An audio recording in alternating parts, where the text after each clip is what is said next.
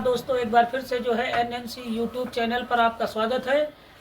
आज आपने प्रातः जो है ड्राइंग यानी कि चित्रकला का पेपर किया है। हमने एमसीक्यू जो है जैसा वादा किया था हमने भेजे थे 29 से 30 एमसीक्यू भेजे, जिसमें से आप लोगों ने 18 से 19 सही कर दिए होंगे। ऐसी आशा के साथ हम आज आपके साथ जुड़ेंगे एसएसटी यानी कि सामाजिक विज्ञान विषय को किस आधार से आज ही रात में आप पढ़ के तैयार कर सकते हैं। तो जी हाँ, सामाजिक विज्ञान को 4 प्रमुख भागों में बांटा है। जैसे पहला भाग क्या है, इतिहास का है। दूसरा भाग का है भैया भूगोल का है। तीसरा पार्ट का है तो नागरिक शास्त्र का है। और चौथा पार्ट जो है वो अर्थशास्त्र का है। तो इस तरीके से अब प्रश्न उठता है कि सर मानचित्र कहाँ से आएंगे, क्या पूरी किताब से आएंगे? तो बिल्कुल ऐसा नहीं होता है। पहला जो मानचित्र आता है वो इतिहास से जुड़ा हुआ होता है। हम कोशिश करेंगे कि पहला मानचित्र आपका इतिहास से जुड़ा हुआ आने वाला है, वो आप कैसे आप उसको आसानी से भर सकते हैं। और दूसरा जो मानचित्र आता है वो भूगोल से ही, पार्ट जो भूगोल है ना दूसरा, उससे जुड़ा हुआ आता है। तो भूगोल से हम कैसे मानचित्र को फिल करेंगे उस पर भी हम चर्चा करेंगे। और प्रत्येक खंड से, इतिहास हो चाहे भूगोल हो चाहे नागरिक शास्त्र हो चाहे अर्थशास्त्र हो, सबके हमने छोटे छोटे जो है प्रश्न उत्तर उठाए हैं एक विशेष चर्चा के साथ। आप इन 4 पार्टों में जो महत्वपूर्ण प्रश्न है उस पर भी हम चर्चा करेंगे और आप आसानी से जो है आजकल जो मॉर्निंग में पेपर है अर्थशास्त्र एसएसटी का, उसको आप बड़ी आसानी से कर सकते हैं। बिना समय गंवाए हम आपको इतिहास से संबंधित कुछ बातें आपको बताएंगे और उसके बाद अति लघुत्तरीय प्रश्न, लघुत्तरीय प्रश्न और दीर्घ उत्तरीय प्रश्न पर भी हम चर्चा करेंगे। आप उसको लिखिए। जितना आज रात आप अपने हाथों को चला सकते हैं उतना ही बेहतर कल सुबह मॉर्निंग में भी चला सकते हैं। तो लिखना बहुत ज़रूरी है और उससे अधिक ज़रूरी है आपका पढ़ना, वो भी NNC coaching centre YouTube channel पर।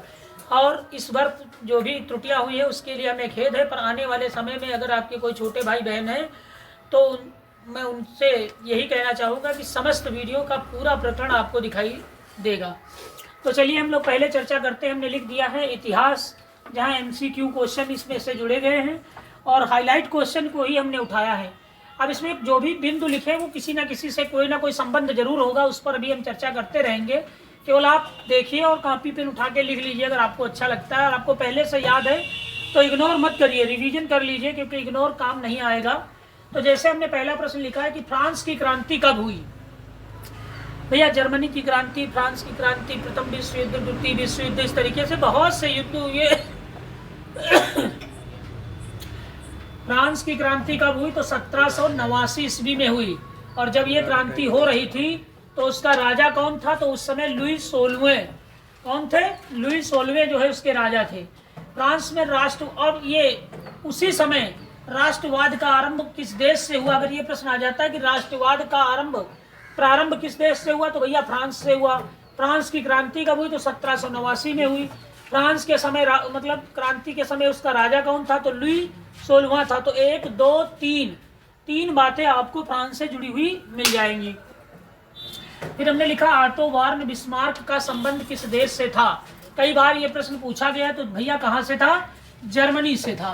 तो जर्मनी की क्रांति कब हुई ये आप देख लीजिए, उसका राजा उस समय कौन था, ये आप गहराई से वहां पे आप देख सकते हैं। उसके बाद लिखा है नेपोलियन का संबंध किस देश से था। तो भैया किस देश से था, फ्रांस थे। फ्रांस शब्द आप देख रहे हैं ना, फ्रांस से था। सविनय अवज्ञा आंदोलन कब चलाया गया, ओ महात्मा गांधी, राष्ट्रपिता महात्मा गांधी के द्वारा जितने भी आंदोलन चलाए गए हैं उस पर भी हम चर्चा करेंगे। लेकिन उनके बारे में, जीवन शैली के बारे में भी हम चर्चा करेंगे आगे के प्रश्नों पर। लेकिन अभी यहाँ पर केवल प्रश्न ही देख लेते हैं कि सविनय अवज्ञा आंदोलन कब चलाया गया। तो भैया 1930 में चलाया गया।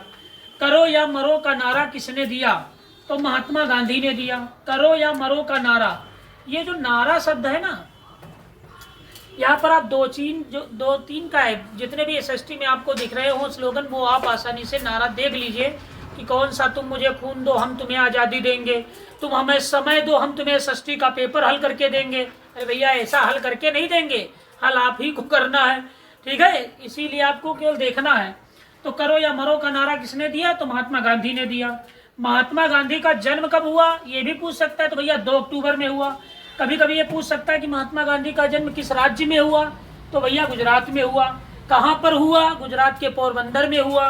उसके बाद उनकी माता का नाम क्या था? पुतलीबाई था।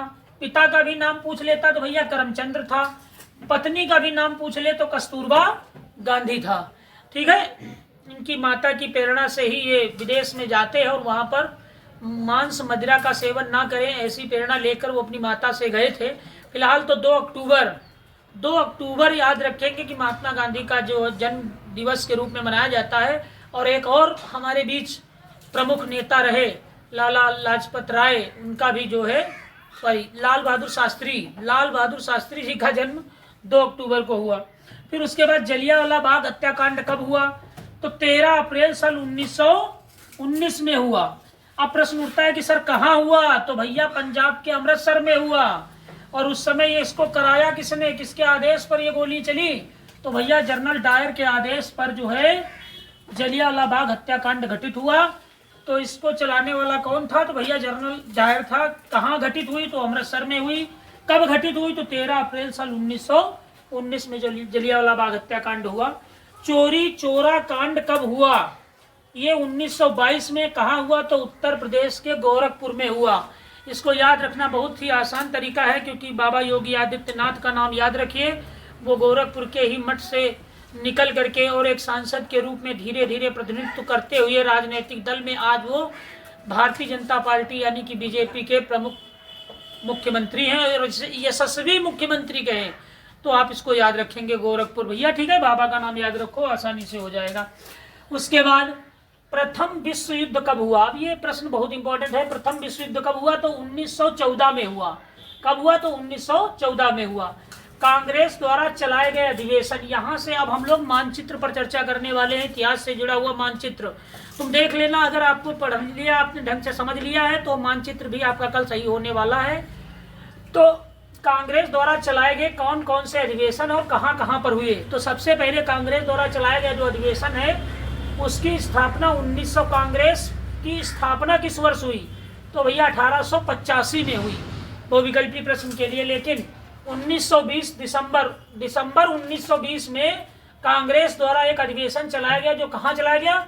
तो कोलकाता में चलाया गया। इसको कलकत्ता भी देख सकते हैं, मानचित्र भारत का दिया है, वहां देख लो कलकत्ता कहाँ पर है। उसके बाद 1920 सितंबर 1920 में कांग्रेस द्वारा एक और अधिवेशन चलाया गया, जो नागपुर, कहाँ है ये भैया मुंबई में है, मुंबई, आराम से देख लो।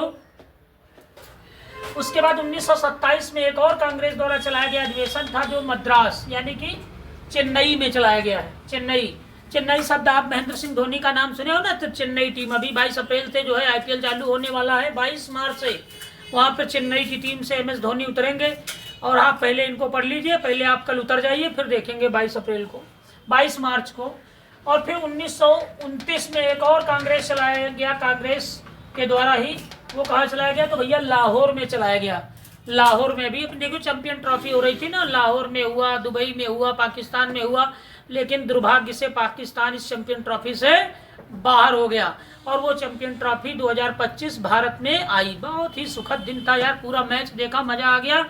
और मजा तो खासकर हमें श्रेयस अय्यर की डांस पर आ गया, लेकिन हम कोई डांस नहीं करने वाले हैं। आप पहले चित्र पर बने रहिए और यहाँ पर बने रहिए। 1929 में लाहौर में कांग्रेस द्वारा चलाया गया अधिवेशन है, तो ध्यान से देख लो। दिसंबर 1920 कलकत्ता, सितंबर 1920 नागपुर मुंबई, और 1927 यानी कि मद्रास चेन्नई में, 1929 कहाँ है? तो लाहौर में। अब यहां से तुम देख लेना, एक प्रश्न 100% बन सकता है, इसलिए गौर से इन चारों चीजों को देख लीजिए। उसके बाद हमने घटना को भी ध्यान में रखा है कि इतिहास सिर्फ एक घटना है, इसलिए बनता है इतिहास। तो जलियांवाला बाग हत्याकांड कहाँ हुआ? तो भैया कहाँ हुआ? तो ये अमृतसर में हुआ, ध्यान दे लो, अमृतसर में हुआ। चोरी चोरा कांड कहाँ हुआ?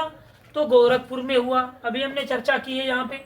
अब गोरखपुर, भारत के नक्शा में गोरखपुर ढूंढोगे तो बहुत ही तुमको टफ मामला लगने लगेगा, लेकिन गोरखपुर अगर आप उत्तर प्रदेश में भर देंगे ना, जहाँ उत्तर प्रदेश होता है वहां पे आप जाके उत्तर प्रदेश वाले मानक चिन्ह पर जो चिन्ह दर्शाने को कहा गया वही दर्शाते हुए आप वहां पे लिख देंगे तो आपको पूरे नंबर मिलेंगे। एक और घटना घटित हुई, नील की खेती के लिए एक सत्याग्रह, किसानों द्वारा एक सत्याग्रह आंदोलन किया गया था, वो भैया कहाँ हुआ?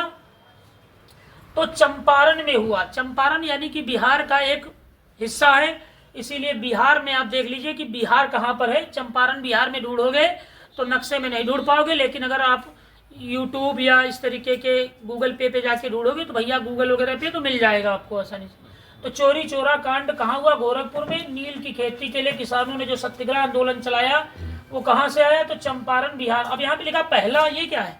मतलब महात्मा गांधी द्वारा जो पहला आंदोलन चलाया गया था वो यही था। नील की खेती के लिए पहला आंदोलन यानी कि सत्याग्रह आंदोलन महात्मा गांधी के द्वारा चलाया गया था। यहाँ पे इसका मतलब ये है। उसके बाद सूती मिल श्रमिकों का सत्याग्रह आंदोलन हुआ। तो किस स्थान पर हुआ? ये भैया गुजरात में हुआ। गुजरात वो स्थान जहाँ महात्मा गांधी की जन्मस्थली रही है, और महात्मा गांधी का जन्म जो है 2 अक्टूबर को हुआ। और कहाँ हुआ? तो गुजरात के पोरबंदर में हुआ। उनकी माता का नाम पुतलीबाई और पिता का नाम करमचंद गांधी था और पत्नी का नाम कस्तूरबा गांधी था। और इस तरीके से आप आसानी से इतिहास के विभिन्न प्रश्नों को देख सकते हो और पढ़ सकते हो।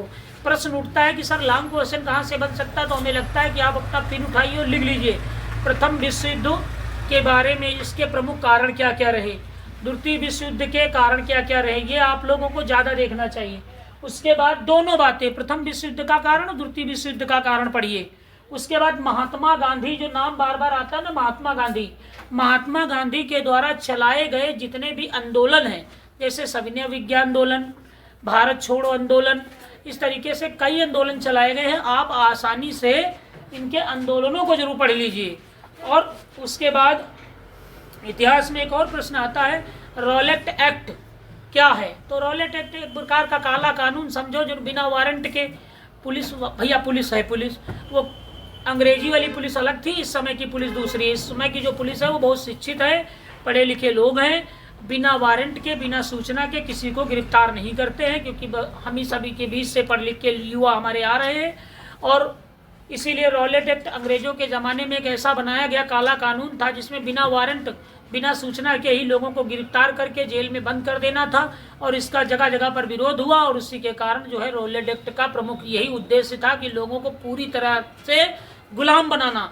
तो आसानी से आप रॉलेट एक्ट को भी देख लीजिएगा। महात्मा गांधी के द्वारा चलाए गए विभिन्न आंदोलनों को देख लीजिए, और उसके बाद प्रथम विश्व युद्ध और द्वितीय विश्व युद्ध देख लीजिए। और इससे अधिक अगर कहीं से भी आता है तो आप पढ़ लीजिएगा, थोड़ा सा कोई दिक्कत नहीं। तो चलिए, सभी छात्र और छात्राओं को मैं पहले से ही बता चुका हूं कि अगर एसएसटी का पेपर आपको सही क्रम में बनाए रखना है तो एसएसटी को 4 पार्ट में ही बांटा गया है, एक इतिहास, भूगोल, नागरिक शास्त्र और अर्थशास्त्र, जिसका एक पार्ट हम आपको बेहतर समझा चुके हैं इतिहास का। वहां पर लॉन्ग क्वेश्चन की भी चर्चा कर चुके हैं, यहाँ पर भी हम लॉन्ग क्वेश्चन की चर्चा कर देंगे। तो अब हम लोग आ गए हैं दूसरे पार्ट में, जहां पर जिसको हम कहते हैं भूगोल। तो चलिए, बिना समय गंवाए ही हम आपको भूगोल समझाते हैं। भूगोल का शाब्दिक अर्थ मैंने लिख रखा है भूमि। अरे भूगोल यानी कि भूमि गोल, वही है भूगोल। और भूमि पर हम किस किस चीजों का अध्ययन करते हैं वो यहाँ पर विस्तृत रूप से, जैसा कि आप देख पा रहे हैं, दिखाई दे रहा होगा आपको। अब भूगोल में मृदा या मिट्टी किसे कहते हैं? सबसे पहला प्रश्न तो आपको यही आना चाहिए कि मृदा या मिट्टी किसे कहते हैं। इतनी बात अगर किसी बच्चे को कंफर्म हो गई ना, तो ना ही बहुविकल्पी छूटेगा, ना ही अतिलघुत्तरी, ना ही लघुत्तरी, ना ही विस्तृत उत्तरी, ना ही बहुविकल्पी, ना ही मानचित्र। यानी कि एक यही वो प्रश्न है भूगोल में जो सब कुछ जोड़ के रखता है। तो इसको हम अच्छी तरीके से समझ लेते हैं। यहाँ पर मिट्टी के हमने प्रकार लिख रखे हैं। क्या लिख रखे हैं? मिट्टी के प्रकार लिख रखे हैं। मिट्टी के प्रकार में आता है कि जैसे हमने लिखा जलोढ़ मिट्टी। जलोढ़ मिट्टी कहाँ पाई जाती है? भारत के संपूर्ण उत्तरी मैदानों में।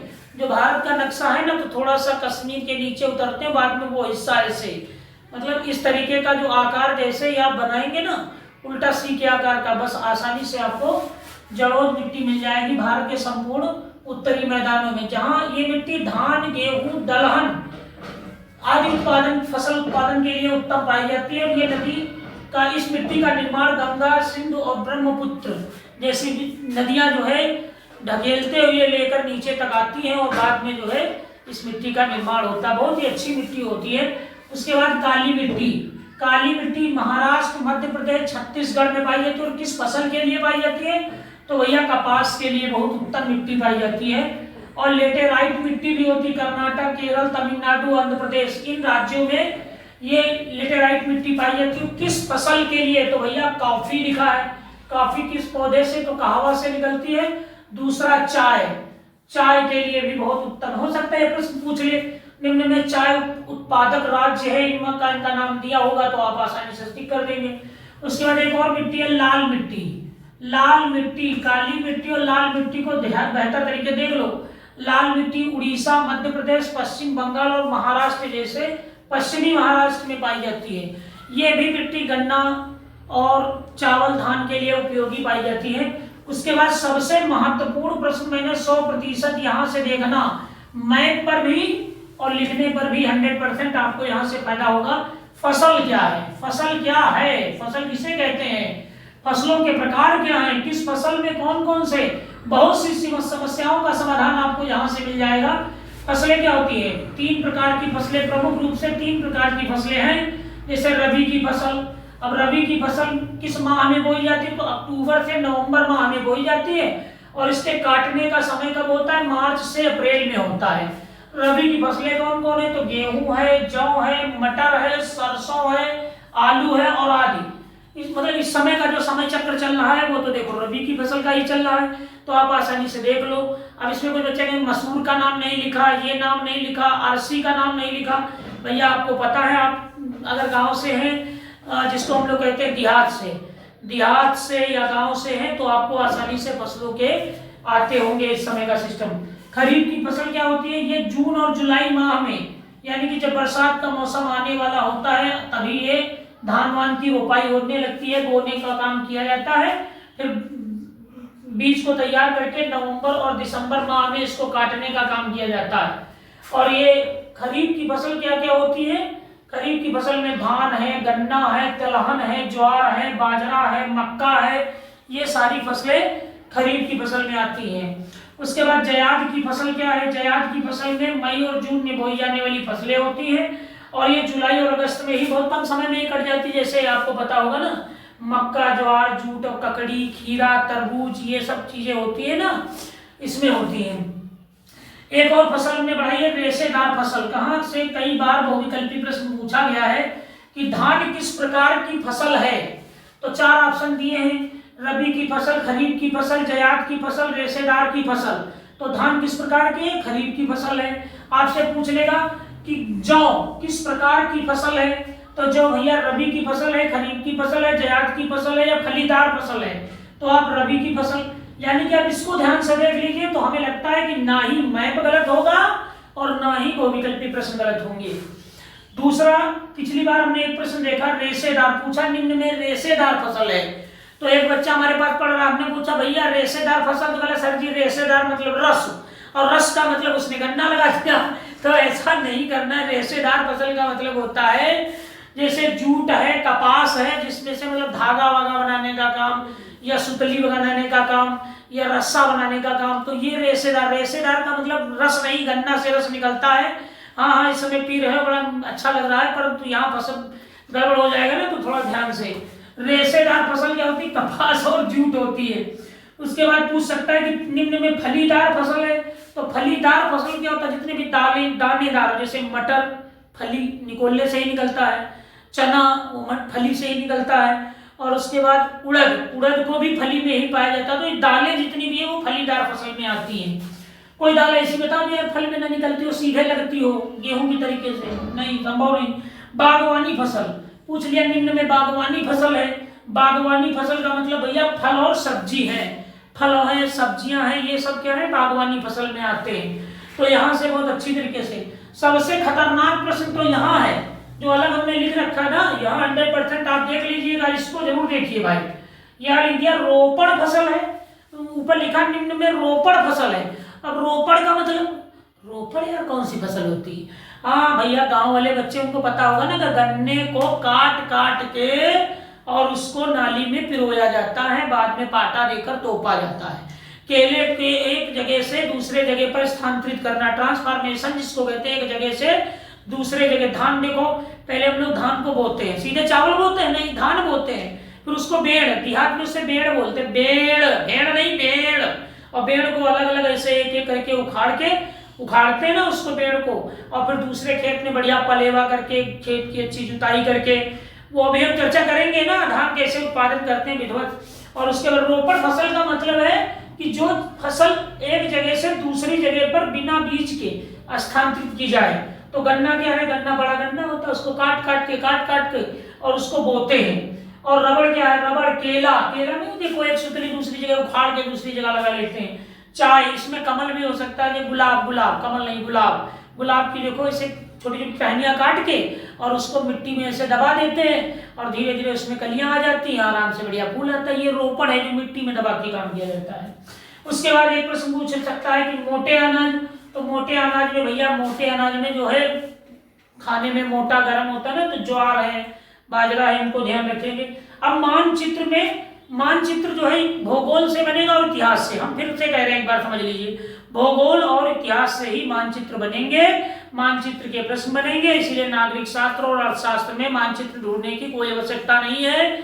आप आसानी से यहाँ मैंने मिट्टी को विधिवत समझा दिया है कि काली मिट्टी, जलोढ़ मिट्टी, लाल मिट्टी, लेटेराइट मिट्टी किन किन राज्यों में पाई जाती है, गौर से देख लो। मिट्टी से जुड़ा हुआ एक प्रश्न 100% आने वाला है, पूछ लेगा निम्न में से कपास की उत्पादन वाला राज्य है, तो देख लो भैया, कपास छत्तीसगढ़, मध्य प्रदेश, महाराष्ट्र। चाय उत्पादक किसी एक राज्य का चिन्ह द्वारा दर्शाइए, तो भैया आंध्र प्रदेश, तमिलनाडु, केरल, कर्नाटक, इस तरीके से लिखा होगा ना तो आप आसानी से धान गेहूं हो जाएगा। बांध बहुत इंपॉर्टेंट प्रश्न है, बांध वाला, यहाँ से टिहरी बांध, भांगड़ा नांगल बांध, इस तरीके से आप लोग बहुत से बांध 5-6 ही दिए हैं, ज्यादा नहीं दिए। आप वहां पे जाके पढ़िए कौन सा बांध किस नदी पर है, वो बहुत ज्यादा इंपॉर्टेंट देख लीजिए। लौह उत्पादक राज्य, तेल उत्पादक राज्य, और नदी मतलब गंगा नदी कहां से कहां तक गई है, महानदी और ब्रह्मपुत्र नदी, सिंधु नदी किस राज्य से होकर गई, चिन्ह द्वारा दर्शाना पड़ता, तो वो देख लीजिए। मिट्टी, बांध, लौह, तेल, नदी, 2-4 बातें और बेहतर देख लीजिए, यहां से भी मैप आपका भर जाएगा। चलिए उसके बाद यहाँ पे हमने लिखा है गेहूं की भौगोलिक स्थिति। ये हमने लॉन्ग क्वेश्चन के लिए ज्यादा इंपॉर्टेंट समझा, इसलिए हम बता रहे हैं। गेहूं की भौगोलिक स्थिति क्या है कि गेहूं की भौगोलिक स्थिति का मतलब ये है कि भैया गेहूं जो है रबी की फसल है, अक्टूबर और नवंबर माह से मार्च और अप्रैल में इसके काटने का काम होता है फसल का। अब हमें गेहूं उत्पादन की भौगोलिक स्थिति को लिखना है, तो हम सबसे पहले क्या लिखेंगे, सबसे पहले हम लिखेंगे मिट्टी की तैयारी। पहले हम लोग मिट्टी के खेत को क्या करते हैं, बढ़िया तरीके से ट्रैक्टर से, बैलों से या जोतते हैं जैसे भी करके। उसके बाद उसमें से खरपतवार निकालते हैं। अगर अच्छी तरीके से मिट्टी गीली नहीं तो उसको हम लोग पलेवा करते हैं। पलेवा का मतलब पानी भरते हैं, फिर 1 हफ्ते तक सूखने तक इंतजार करते हैं और उसके बाद फिर से खेत की जुताई होती है। और उसके बाद हम मार्केट से अच्छा सा बीज लेकर, खाद लेकर और दीमक जैसी बीमार दवाइयां लेकर के और खेत में गेहूं को 2 नवंबर तक बहुत अच्छी उत्तम बुआई मानी जाती है और गेहूं को बो देते हैं। फिर सिंचाई का साधन, जैसे आपने डाला सिंचाई का साधन, समय पर गेहूं जो है 21 या 22 दिन के बाद गेहूं में पानी लगता है, फिर उसकी निराई होती, देख रेख होती है, दवाई पड़ती है। फिर उसके बाद फसल पकने का, फिर खाद का प्रयोग, इस तरीके से कई है जिनका प्रयोग। देख लीजिए भौगोलिक स्थिति को कहाँ से का मतलब मिट्टी की तैयारी से लेकर फसल के कटने तक और भंडारण तक की प्रक्रिया को भौगोलिक स्थिति में दर्शाया जाता है। उसके बाद ऐसे ही धान किस माह में भैया, जून जुलाई से लेकर नवंबर दिसंबर में काटा जाता है। धान की बुआई से लेकर कटाई तक की स्थिति को देख लो। गन्ना, उत्तर प्रदेश में रहते हो, उत्तर प्रदेश में आप लोग सामाजिक विज्ञान का पेपर देने जा रहे हो, गन्ना जो नाम आया है ना, तो ये भैया चीनी का कटोरा उत्तर प्रदेश को कहा जाता है। सबसे ज्यादा चीनी उत्तर प्रदेश में होती है। फिलहाल भारत की अगर बात करें तो भारत गन्ना उत्पादन में दूसरे स्थान पर है। और अगर भारत में राज्यों की बात करें तो राज्यों में उत्तर प्रदेश चीनी का कटोरा यूं ही नहीं कहा जाता है, क्योंकि यहाँ गन्ना सबसे अधिक उत्पादित होता है। इसीलिए गन्ना उत्पादन की भौगोलिक स्थिति को देखिए, कहां से लेकर मतलब मिट्टी की खुदाई से लेकर बुआई से लेकर कटाई तक की प्रक्रिया, 1 वर्ष की पूरी ये फसल होती। बहुत अच्छा आप इसको लिख सकते हो। उसके बाद इससे एक और प्रश्न आ सकता है कि मृदा अपरदन हमने लिखा। मृदा अपरदन का मतलब होता है मिट्टी का कटना, मिट्टी का बहना।